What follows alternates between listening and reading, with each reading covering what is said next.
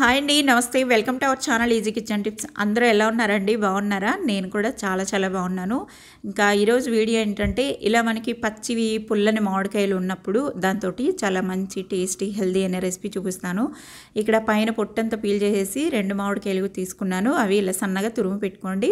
ఇంతలోపు కొన్ని వాటర్ని బాయిల్ చేసుకొని అవి మరుగుతున్నప్పుడు 10 నిమిషాల ముందే మనం కడిగి నానబెట్టి పెట్టుకున్న రైస్ని దాంట్లోకి వేసేసేయాలి.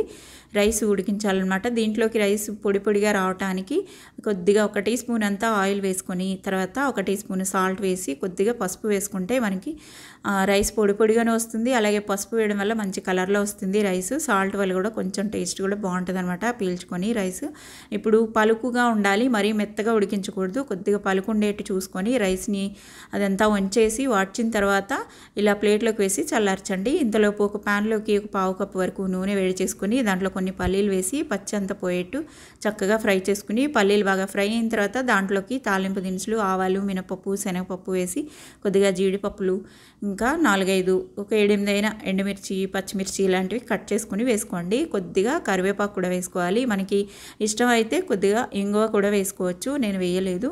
ఇక్కడ కొంచెం పసుపు కూడా వేసి తాలింపుకి సరిపడానే రైస్కి ఉడికిచ్చేప్పుడు వేసుకున్నాము. ఈ తాలింపుకి సరిపడా కొంచెం పసుపు కూడా వేసి తురుము పెట్టుకున్న మామిడికాయ తురుము కూడా వేసి 1 నిమిషం ఫ్రై చేసి దీన్ని ఇప్పుడు స్టవ్ ఆఫ్ చేసేయండి. దీంట్లోకి మనకి ఈ మామిడికాయ పులుపుకి సరిపడా మాత్రమే టేస్ట్ కోసం కొద్దిగా సాల్ట్ని వేసుకోవాలి.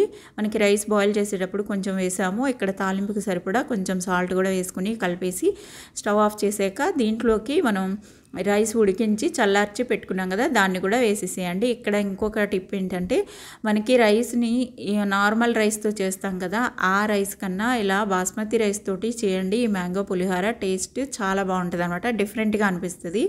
నార్మల్ రైస్తో కూడా చాలా బాగుంటుంది, కానీ ఈ బాస్మతి రైస్తో మ్యాంగో పులిహోర చేసినప్పుడు చాలా బాగుంటుంది. ఇంకా ఇదంతా కలిసిన తర్వాత ఒకసారి 10 నిమిషాలు మూత పెట్టి అలాగే ఉంచి ఆ తర్వాత తింటే ఆ పులుపు ఫ్లేవర్స్ అన్నీ రైస్కి బాగా పట్టి టేస్టీగా ఉంటుంది. ఇలా ట్రై చేసి చూడండి. Healthy recipe. వీడియో నచ్చితే లైక్ చేయండి, సబ్స్క్రైబ్.